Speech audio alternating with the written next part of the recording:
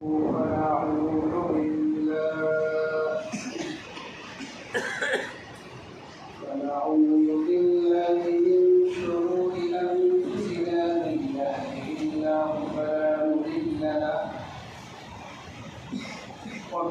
يضلله فلا هادي له ونشهد أن لا إله إلا الله وحده لا شريك له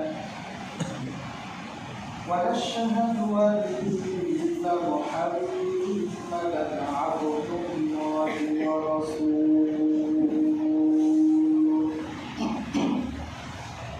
الذي أرسله بالحق بشيرا ونذيرا وداعيا إلى الله بإذنه وسراجا منيرا أعوذ بالله من الشيطان الرجيم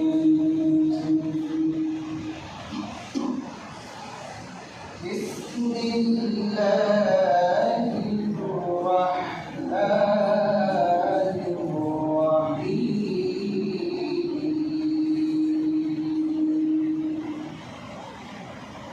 الله أعلم حيث يجعل رسالته إن الله وملائكته يصلون على النبي يا أيها الذين آمنوا صلوا عليه وسلموا تسليما اللهم صل على سيدنا مولانا محمد وعلى آل سيدنا مولانا محمد মদিনাতে শুয়ে নবী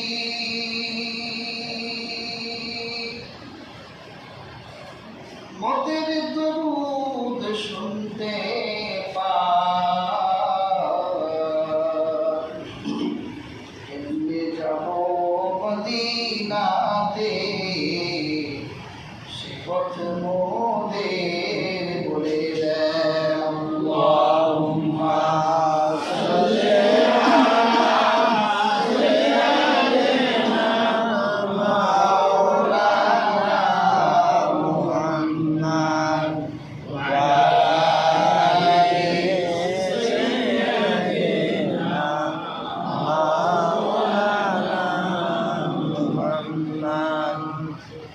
আলহামদুলিল্লাহ প্রশংসা করছি সে মহান আল্লাহ তাবারাকা ওয়া তাআলার নিকট যিনি আশিকে রাসূলদেরকে রেখে দিলেন। আলহামদুলিল্লাহ আমরা রাসূলুল্লাহকে ভালোবাসি না? ইনশাআল্লাহ রাসূলুল্লাহকে ভালো না বাসলে মুমিনই থাকা যাবে না। ভালোবাসার সীমানা কেমন হবে? নিজের সম্পদের থেকে বেশি, নিজের বাবা মা থেকে বেশি, নিজের সন্তান থেকে বেশি, এমনকি নিজের জীবনের থেকেও বেশি নিভৃত করে একদিন চক্ষু বন্ধ করে একটু পরীক্ষা করবেন যে আপনি আসলে আশিকে রাসূল কিনা, আসলে নিজের জীবনের থেকে বেশি ভালোবাসতে পেরেছেন কিনা। একদিন নীরব নিভৃতে বসে একটু পরীক্ষা করবেন। যদি দেখেন যে না পারবে, বিনা প্রশ্নে বিনা বাক্যে নিজের জীবনের চেয়ে মুহাম্মদ সাল্লাল্লাহু আলাইহি ওয়াসাল্লাম প্রিয়, আপনি মুমিন। আর যদি সিদ্ধান্ত নিতে ভুল করে, মনে রাখবেন আপনি মুমিন নন। আমরা বিশ্বাস করি আমরা মুমিন, সেজন্যে রাসূলুল্লাহর জন্য আমরা একত্রিত হলাম, বসলাম। এই মাহফিলটা নূরের মাহফিল হয়ে গেল। সুবহানাল্লাহ। অবাক হবে, এই পৃথিবীতে যত নবী এসেছে, যত কিতাব এসেছে, সকল নবীর কাছে রাহমাতুল লিল আলামিনের বার্তা ছিল। সুবহানাল্লাহ। আমার আব্বা একটু আগে সুবহানাল্লাহ ওয়াজ করলো না? তারপর আপনারা সুবহানাল্লাহ বলতে কৃপণতা করেন কেন? রাসূলুল্লাহ বলেছেন, এটা তামলাউল মিজান, আকাশ আর জমিনের মাঝখানের ফাটাগুলো ভরে যায়। সুবহানাল্লাহ। বিশ্বাসে কমতি থাকলে বলবেন না, আর যদি পূর্ণ বিশ্বাস থাকে এক সুরে সমস্বরে বলবেন সুবহানাল্লাহ। পৃথিবীর প্রত্যেকটি আসমানে কিতাবে রাসূলুল্লাহর কথা এসেছে। নবীজিও নিজের জন্মের কথা সাহাবীদেরকে বলতেন। একটা হাদিসে রাসূলুল্লাহ বলেন, আমি হলাম দাওয়াতুল ইব্রাহিম, ইব্রাহিমের দোয়া। রাসূলুল্লাহ বললেন যে আমার বাপ ইব্রাহিম আমার জন্য দোয়া করছেন, এই জন্য আমি এসেছি। সুবহানাল্লাহ। হযরত ইব্রাহিম কাবার ঘর নির্মাণ করলেন, ছোট্ট বাচ্চা ইসমাইলকে সাথে নিয়ে বাপ বেটা দুই হাত আকাশে তুললেন, আল্লাহর কাছে ফরিয়াদ করতে লাগলেন। এক পর্যায়ে হযরত ইব্রাহিম বললেন, রব্বানা ওয়া বা'আথ ফীহিম রাসূলান মিনহুম ইয়াতলু আলাইহিম আয়াতিকা ওয়া ইউআল্লিমুহুমুল কিতাবা ওয়াল হিকমাহ ওয়া ইউযাক্কিহিম ইন্নাকা আনতাল আজিজুল হাকীম। হে আমার প্রতিপালক, তাদের ভিতর থেকে এমন একজন রাসূল প্রেরণ করুন, অর্থাৎ আমি ইব্রাহিম আমার ছেলে ইসমাইলের বংশ থেকে এমন একজন রাসূল এই আরবের মধ্যে আপনি পাঠান, যে রাসূল তাদেরকে আল্লাহর কোরআনের তেলাওয়াত শোনাবেন, কিতাব শিক্ষা দিবেন, হিকমা শিক্ষা দিবেন, আর পাপী মানুষগুলোকে ধরে ধরে নিষ্পাপ বানাই দিবেন। সুবহানাল্লাহ। রাসূলুল্লাহ বলে, আমার বাবা ইব্রাহিম দোয়া করেছেন, আমি ইব্রাহিমের দোয়ার পত্র। এজন্য হুজুরদের কাছে দোয়া চাইবেন, আল্লাহ যেন একটা নেককার সন্তান দেয়। আল্লাহ হাবিব বলেন, বিশারাত ঈসা, আমার ভাই হযরত ঈসা আমার দুনিয়ায় আসার সুসংবাদ দিয়েছে। হযরত ঈসা একদিন বনী ইসরাঈলদেরকে ডেকে বললেন, ইয়া বনী ইসরাঈল ইন্নী রাসূলুল্লাহ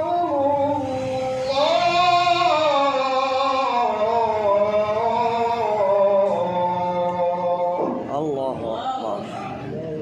মুসাদ্দিকাল লিমা বাইনা ইয়াদাইয়া মিনাত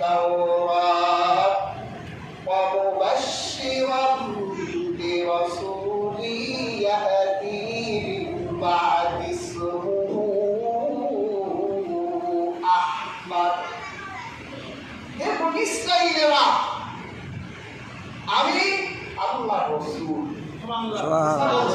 ইসরাইলরা আমি আল্লাহর রাসূল। শুধু তাই নয়, মুসার কিতাব তাওরাতের 70 অধ্যায়। আর শুনে রাখো, অনতি বিলম্বে আমার পরে একজন রাসূল আসবেন, তার সুসংবাদ দিলাম। শুধু তাই নয়, তার নাম হবে আহমদ।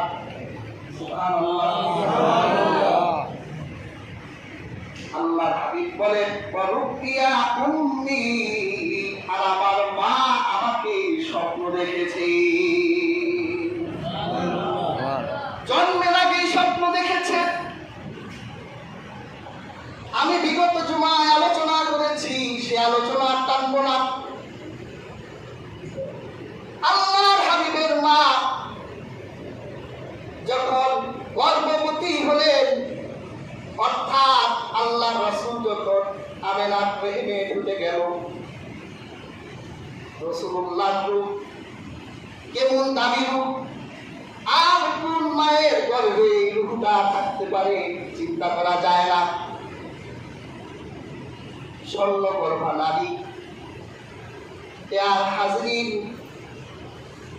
মা আমেনা বলে, আমার গর্ভে যখন মুহাম্মদ সাল্লাল্লাহু আলাইহি সাল্লাম এসে গেল, তখন থেকে আমি রাসূলুল্লাহর বরকত পেতে লাগলাম। আমার নবী যে বরকতের নবী, আমার নবী যে রহমতের নবী, তার মাই সবার আগে টের পেয়ে গেল। যখনই রাসূলুল্লাহ মায়ের দেখে গেলেন, ইতিহাস গ্রন্থ সাক্ষী, মা আমেনা বলেন, তখন আমি আমার প্রত্যেকটি নিঃশ্বাস আর প্রশ্বাসের মেশকের ঘ্রাণ পেতাম। আর আমি আপনি যখন আমার মায়ের গর্ভে ছিলাম, আমার মা প্রত্যেক নিঃশ্বাস প্রশ্বাসে বমির গন্ধ পেত। ঘুমাইতে পারত না। আর রাসূলুল্লাহর মা বলেন, আমি তো প্রসব করার আগ পর্যন্ত টেরই পাই নাই যে আমার পেটে মুহাম্মদ আমিন আছে। হাজিরিন, আল্লাহর হাবিবের মা বলেন, আমি যদি আমার মুখে থুথু ফেলতাম, তাহলে দেখতাম আমার থুথু থেকে মিশকের ঘ্রাণ বের হয়ে চারদিকে প্রবাহিত হচ্ছে। সুবহানাল্লাহ। আর আমি যখন রাস্তা দিয়ে হেঁটে যেতাম, তখন আরবের নারীরা, ছোট ছোট বাচ্চারা রাস্তায় দাঁড়িয়ে থাকতো আমার শরীর থেকে মিশকের ঘ্রাণ নেবার জন্যে।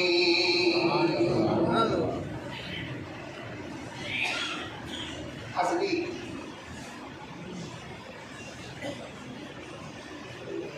6 মাস যখন রাসূলুল্লাহ মায়ের গর্ভে আব্দুল্লাহ ইন্তেকাল করত,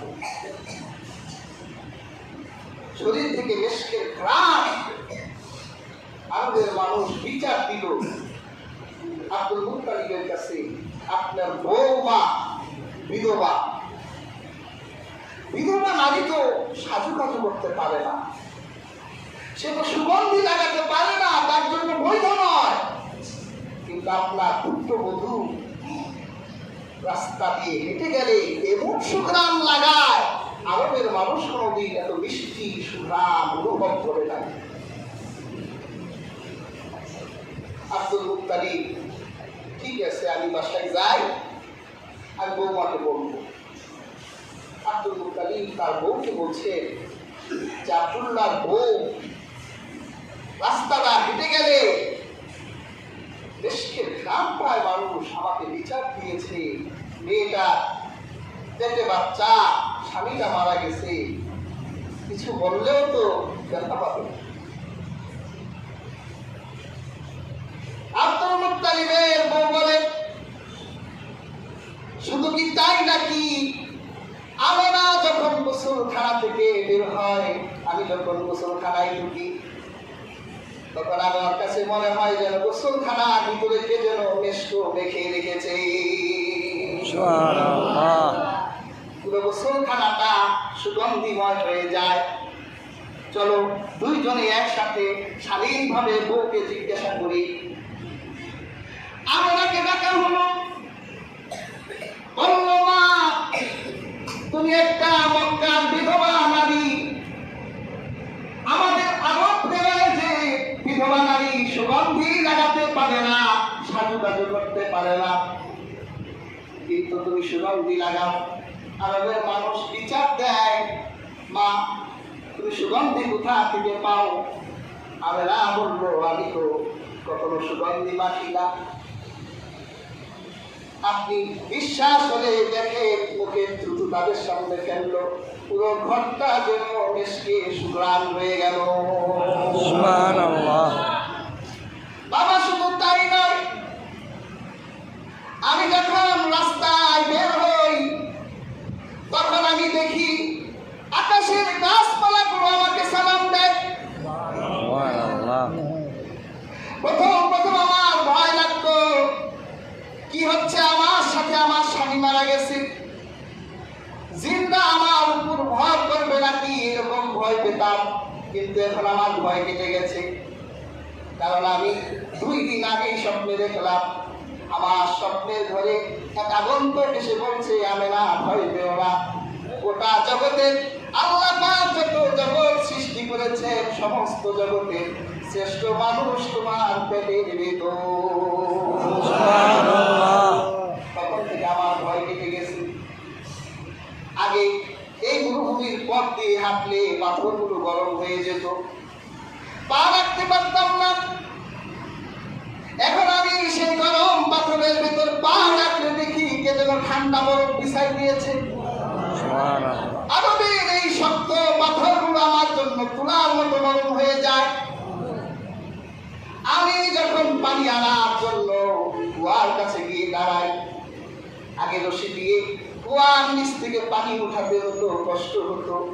এখন কুয়ার সামনে দাঁড়ালে দেখি কুয়ার ভিতর থেকে পানিগুলো পলকায়া পলকায়া আমার হাতের সামনে চলে আসে। সুবহানাল্লাহ। পানিগুলো আমাকে বলতে হবে না, কষ্ট করে এত দূর এসেছো কেন? তুমি যদি আমাদের ডাকতে, আমরা তো তোমার বাড়ি গিয়ে তোমার মশল ভরে দিতাম। সুবহানাল্লাহ। এই যে এত ক্রেডিট আমেনা, এটা কি আমেনার কারণে না রাহমাতুল লিল আলামিনের কারণে? রাহমাতুল লিল আলামিন। আমেনা তখনই বিশ্বাস করেছিলেন তার পেটের ভিতরে মহামানব আছে। 570 খ্রিস্টাব্দে 12ই রবিউল আউয়াল সোমবার সুবহে সাদেক রাসূলুল্লাহ জন্মরাত্রে আমেনা বলেন, সুবহে সাদেকের কিছুক্ষণ আগে আমার পেটে একটু ব্যথা অনুভব হলো। এর আগে আমার প্রসবের কোনো অভিজ্ঞতা ছিল না, একা ঘরে ঘুমায়া আছি, একটু ব্যথা। হঠাৎ করে দেখলাম আমার চোখের ভিতর ঘুম এসে গেল। আমি স্বপ্নের ভিতর দেখতে পেলাম খেজুর গাছের মতো লম্বা লম্বা কয়েকজন নারী আমার ঘরে ঢুকেছে, আমার চারদিকে বেষ্টন করে আছে। আমার কাছে মনে হলো যেন আব্দে বানাতের কন্যারা আমার ঘরে ঢুকেছে। এরপর নজর করলাম, দেখলাম পূর্ণিমার আকাশে একটা ঝলঝলের চাঁদ উঠেছে। সবাই সেই চাঁদ পাওয়ার জন্য আগ্রহী। দুনিয়ার সবগুলো ঘরকে হতাশ করে আমার জীর্ণ শীর্ণ ভাঙ্গা কুটিরে সেই পূর্ণিমার চাঁদটা নেমে গেল আমার বুকের ভিতর। চোখ খুলে দেখি রাহমাতুল লিল আলামিন আমার কুলে। সুবহানাল্লাহ। আরব দেশে কাবার পাশে মানবের সেরা মানব এসেছে, রাসূল এসেছে, রাসূল এসেছে, রাসূল এসেছে। আমেনার কোলে চন্দ্র দোলে, আমেনার কোলে চন্দ্র দোলে, পাখিরা ডালে ডালে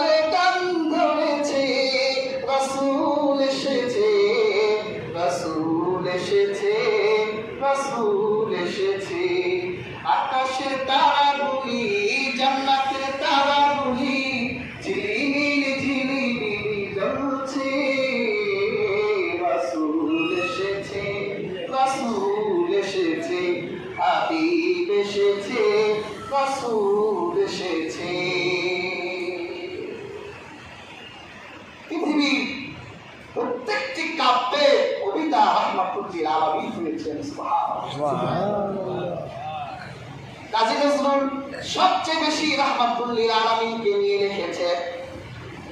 কাজী নজরুল বলেন, তোরা দেখে যা আমেনা মায়ের কোলে, মধু পূর্ণিমারি সেটা চাঁদ দোলে। তোরা দেখে যা আমেনা মায়ের কোলে, উষার কুলে যেন রানা রবি দোলে। কুল মাখলুকে আজি ধ্বনি ওঠে, কে এলো ওই, কে এলো ওই, কালিমা শাহাদাতের বাণী ঠোঁটে, কে এলো ওই। পরে দরুদ ফেরেশতা বেহেশতের সব দুয়ার খুলে, তোরা দেখে যা আমেনা মায়ের কোলে, মধু পূর্ণিমারি সেটা চাঁদ দোলে। তোরা দেখে যা আমেনা মায়ের কোলে। বাংলা সাহিত্যের একজন রাসূল প্রেমী কবি ছিলেন কাজী নজরুল ইসলাম। আমি চিন্তা করলাম, জসিমউদ্দিন আমাদের পল্লী কবি, উনি কি রাসূলুল্লাহকে নিয়ে কিছু লেখেন? উনি তো গ্রাম গঞ্জ নিয়ে লিখেছেন। খুঁজে দেখলাম তিনি বিখ্যাত একটি নাম রাসূল লিখেছেন। তিনি লিখেছেন, কাজী নজরুল ইসলাম লিখেছেন, রাসূল নামে গেলো মদিনায়, রাসূল নামে। ওরে আকাশের ওই চন্দ্রকে ওরে কে আনলো দুনিয়ায়, রাসূল নামে।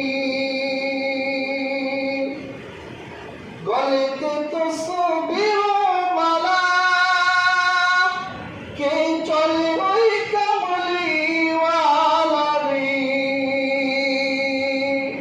ওরে আমার বুকের দরজা পাড়ায়, তারে ডেকে নিয়ে আয়,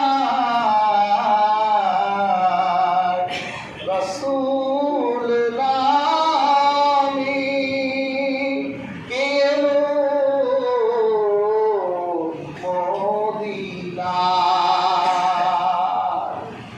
এইভাবে দুনিয়ার যত কাব্য দেখবেন, আমার রাসূল সব কাব্যের কবিতায় স্থান পেয়েছেন।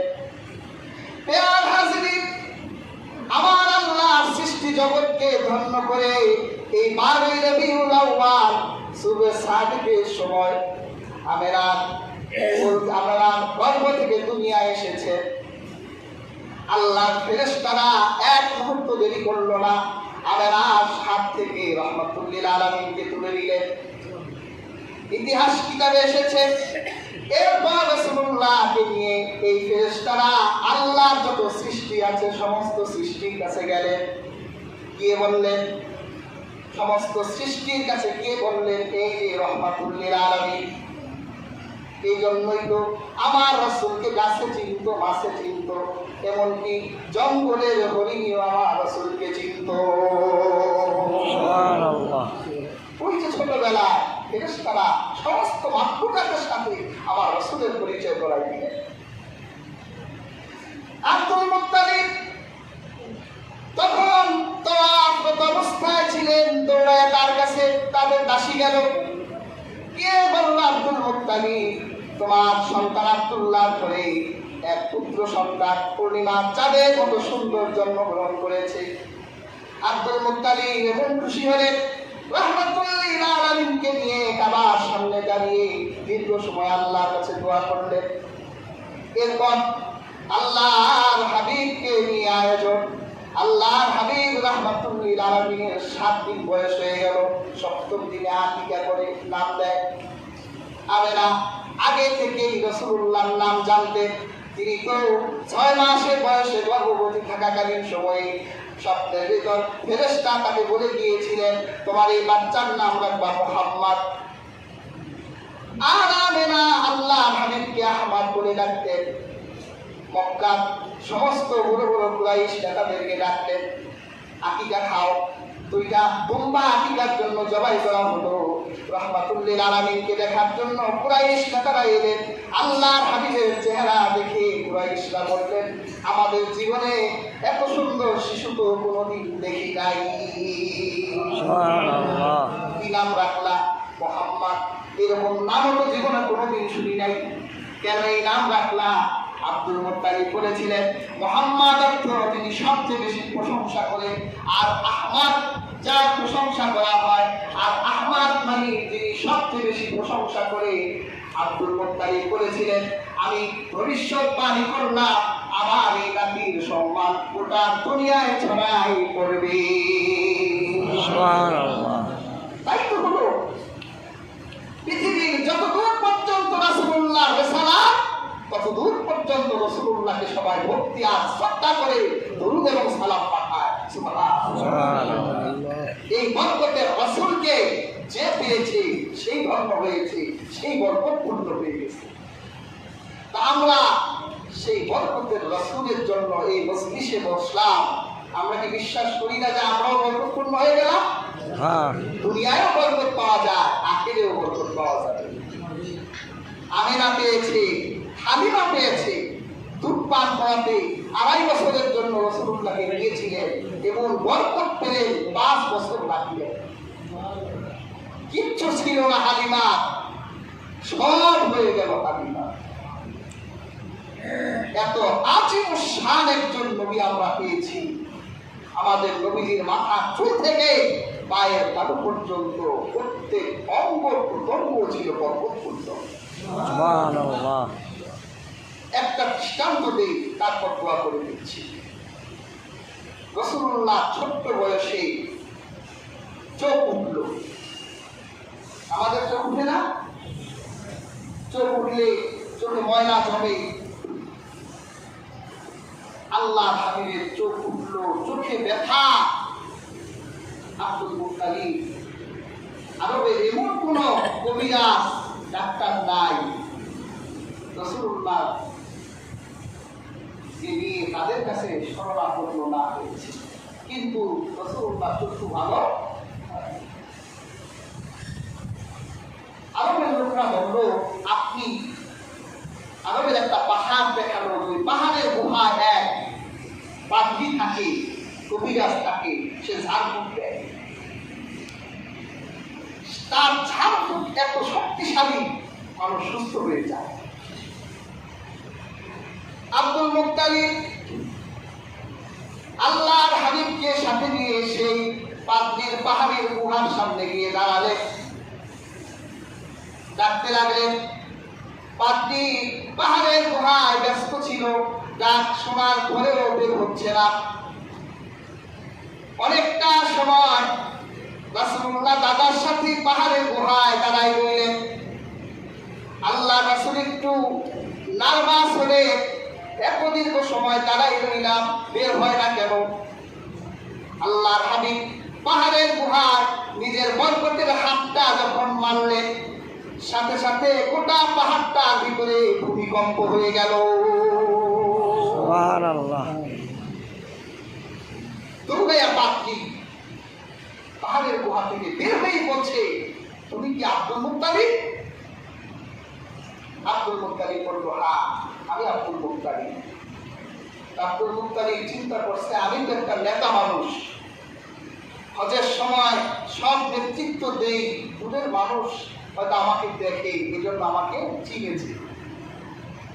আব্দুল মুত্তালিব বলল, আপনি কি আমাকে দেখেছেন?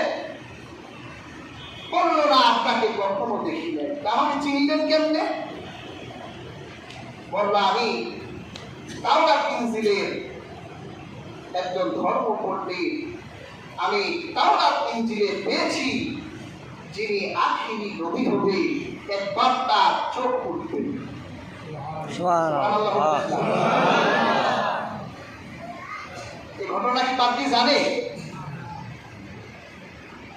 তারপর তার দাদা হবেন আব্দুল মুত্তালিব, মক্কা দেখি কবিরাজ সব ভুলাইয়া খাবে, কিন্তু আপনি চোখ ভালো করতে পারবে না।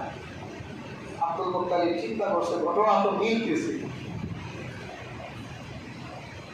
এরপর সে পাহাড়ের গুহায় থাকা এক পাত্রীর কাছে আসবে। আমি ভাগ্যবান যে আমি সেই পাত্রী। পাত্রী ব্যস্ত থাকবে, বের হবে না। আখিরি নবী পাহাড়ের গুহার ভিতরে নিজের হাতটা যখন মারবে, পুরো পাহাড়টা কম্পন সৃষ্টি। যখন এই পাহাড়টা কেঁপে গেল, আমি এক মুহূর্ত দেরি করলাম না, চিন্তা করলাম আমার পাহাড়ের গুহার সামনে আখিরি নবী দাঁড়িয়ে আছে।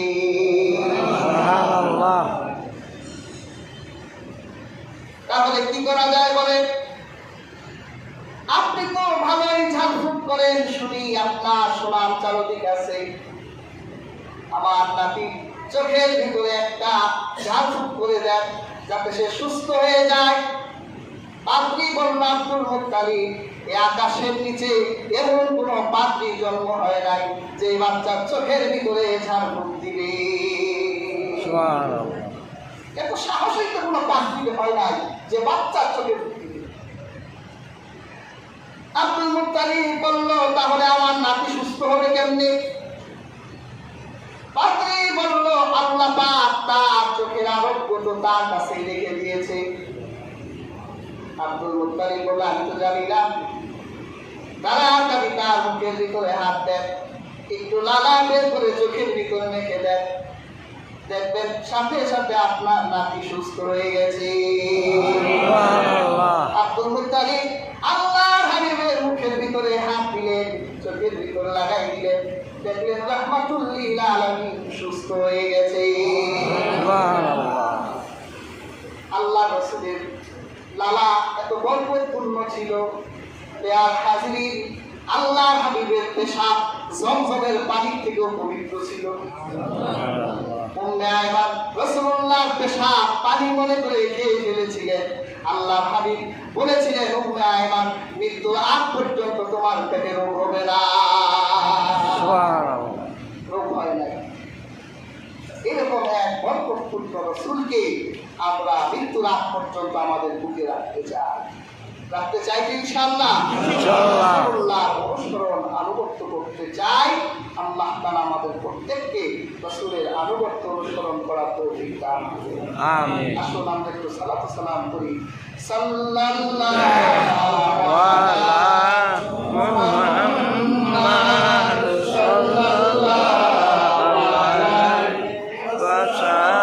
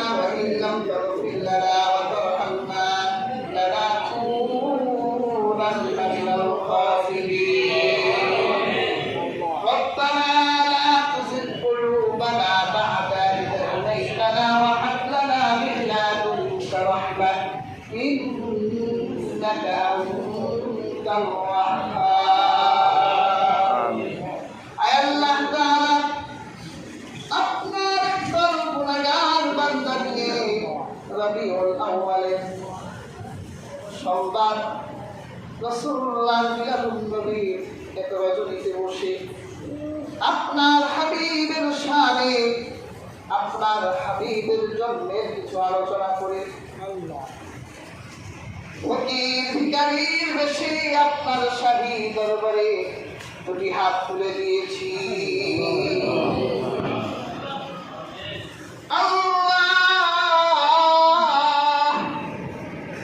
দুনিয়ার ভিখারিরা এক দরজায় ভিক্ষা না পেলে আরেক দরজায় ভিক্ষা পেয়ে যায়। আমাদের মতো পাপী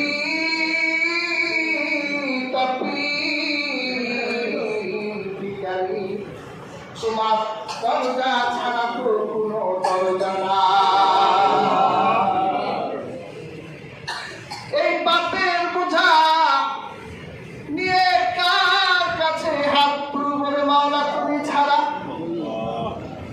আয় আল্লাহ, দুনিয়ার এমন কোনো পাপ নাই যে পাপ আমাদের দিয়ে হয় না। পাপের দহনে চলছি মাওলা, তুমি তো গফুর গফফার, তুমি তো রহিম রহমান।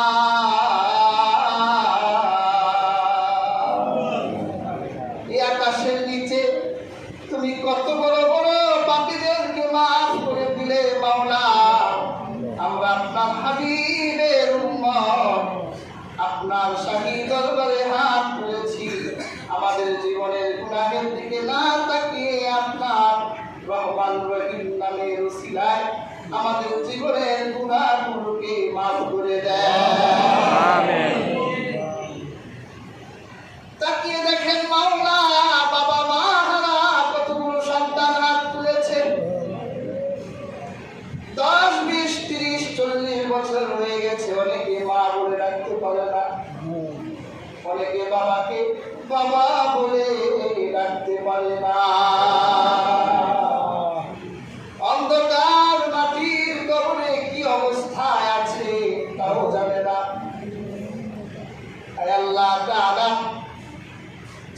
সকল বাবা মা গুলো অন্ধকার কবরে জাহান্নামের আগুনে দাও দাও হয়ে যাচ্ছে। আল্লাহ তোমার উসিলায় ওই সকল বাবা মার কবরগুলো জান্নাতের টুকরা বানায় দেয়। আয় আল্লাহ, তাদের কবরের হেফাজতের দায়িত্ব আপনার কুদরতের হাতে তুলে দেন। আল্লাহ, খাস করে আমাদের আজকের আয়োজনকে কবুল করে নেন। আল্লাহ, আমরা যারা এখানে হাজির হলাম, পর্দার আড়ালে যে সকল মা বোনেরা আপনার হাবিবের আলোচনা শুনল, আল্লাহ আপনি প্রত্যেককে নিষ্পাপ বেগুনাহ বানায় দেন।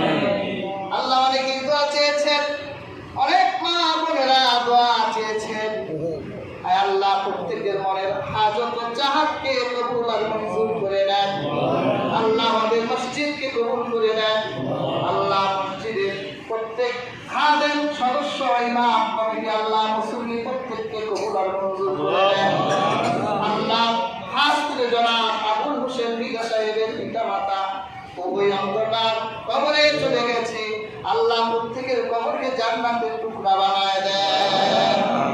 আল্লাহ তাআলা আমাদের প্রত্যেককে মৃত্যুর আগ পর্যন্ত আপনার হাবিবের আনুগত্য, আপনার হাবিবের দেয়া রিসালাতের উপর থাকার তৌফিক দান করেন। আল্লাহ আপনার হাবিবের রেখে যাওয়া দ্বীনের উপর দায়েম ও কায়েম রাখেন। দুনিয়ার সকল প্রকার বালা মুসিবতগুলো দূর করে দেন। আল্লাহুম্মা রাব্বানা ইন্না নাসআলুকাল জান্নাহ ওয়া নাউযু বিকা মিনান নার। আল্লাহ, আমাদের মধ্যে যারা অসুস্থ আছে আল্লাহ সুস্থতা দান করেন। খাস করে আমার খালাম্মা অসুস্থ অবস্থা হসপিটালে আছে, আল্লাহ আপনি পরিপূর্ণ শেফায়ে কামেলা দান করে দেন। আল্লাহ তাআলা আমার বাবা মা জীবিত আছে, আল্লাহ আমাদের যাদের বাবা মা গুলো জীবিত আছে সুস্থতার সাথে দীর্ঘ হায়াত দান করে দেন। আল্লাহ তাআলা আমার স্ত্রী একটু অসুস্থ অবস্থায় আছে, আল্লাহ শেফায়ে কামেলা দান করে দেন। আল্লাহুম্মা রাব্বানা ওয়া'ফু আন্না ওয়াগফির লানা ওয়ারহামনা আনতা মাওলানা ফানসুরনা আলাল কওমিল কাফিরিন। রাব্বিরহামহুমা কামা রাব্বায়ানি সগীরা। সুবহানা রাব্বিকা রাব্বিল ইজ্জাতি আম্মা ইয়াসিফুন ওয়া সালাmun